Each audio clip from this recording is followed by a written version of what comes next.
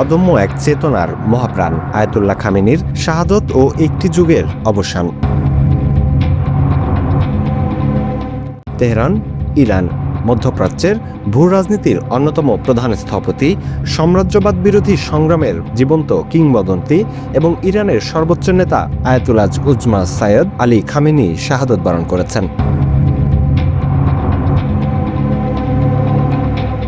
তার এই মহাপ্রাণ কেবল ইরানের অভ্যন্তরীণ রাজনীতিতে নয়, বরং সমগ্র মুসলিম বিশ্ব এবং বিশ্ব রাজনীতির সমীকরণে এক বিশাল শূন্যতা তৈরি করেছে।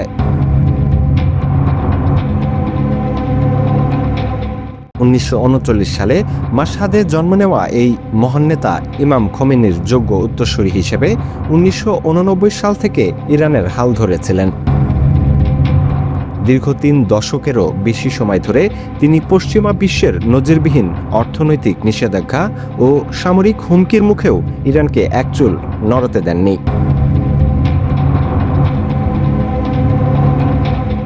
তার নেতৃত্বে ইরান মধ্যপ্রাচ্যের একটি সাধারণ রাষ্ট্র থেকে সামরিক ও বৈজ্ঞানিক শক্তিতে রূপান্তরিত হয়েছে। আয়াতুল্লাহ খামেনির জীবনের অন্যতম প্রধান ব্রত ছিল ফিলিস্তিনের মুক্তি।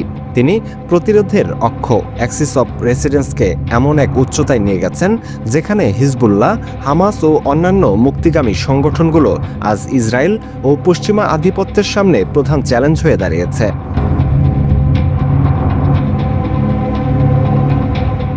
বিশ্লেষকদের মতে খামেনির শাহাদত এই প্রতিরোধ যোদ্ধাদের মধ্যে শোক নয়, বরং প্রতিশোধের এক নতুন আগ্নেয়গিরি তৈরি করবে। শাহাদত কোনো পরাজয় নয়, বরং এটি বিজয়ের চূড়ান্ত সোপান। খামেনির জীবন দর্শনের এই মূলমন্ত্রই এখন ইরানি তরুণদের প্রধান অনুপ্রেরণা। তার শাসনামলেই ইরান ড্রোন প্রযুক্তি, ব্যালিস্টিক মিসাইল এবং ন্যানো টেকনোলজিতে বিশ্বের প্রথম সারির দেশগুলোর তালিকায় নাম লিখিয়েছে। তিনি সবসময় তরুণ বিজ্ঞানীদের উৎসাহিত করতেন এবং বলতেন, আমাদের নিজেদের পায়ে দাঁড়াতে হবে। তার শাহাদতের পর এখন দেখার বিষয় ইরান কিভাবে তার রেখে যাওয়া এই শক্তিশালী ভিত্তি ধরে রাখে।